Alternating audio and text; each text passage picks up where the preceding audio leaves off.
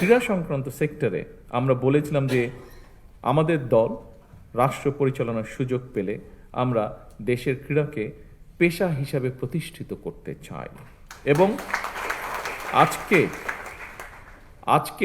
আজকের এই অনুষ্ঠানটি আমরা যে প্রতিশ্রুতি জনগণকে দিয়েছিলাম, দেশের মানুষকে দিয়েছিলাম, সেই প্রতিশ্রুতির কাজটি আমরা ধীরে ধীরে শুরু করছি বা শুরু করেছি।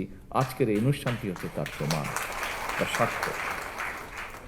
যারা যে খেলায় আনন্দ পাবেন তারা যাতে তাদের পছন্দের সেই খেলাটিকে পেশা হিসাবে গ্রহণ করতে পারেন, পেশা হিসাবে নিতে পারেন, মনোযোগ দিয়ে, মনের আনন্দ দিয়ে যাতে গড়ে তুলতে পারেন একজন খেলোয়াড় হিসাবে নিজেকে।